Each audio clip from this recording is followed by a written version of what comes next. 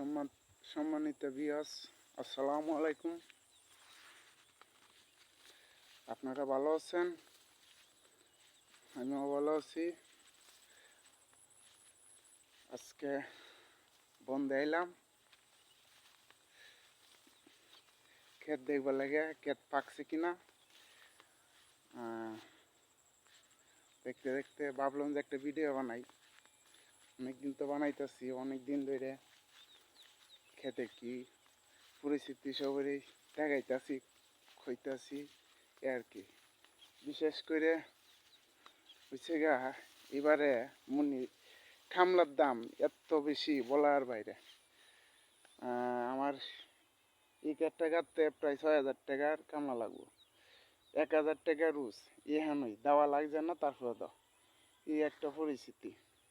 এই কাঠটা আমি প্রচুর টাকা খরচ করছি। এই আসসালামু আলাইকুম।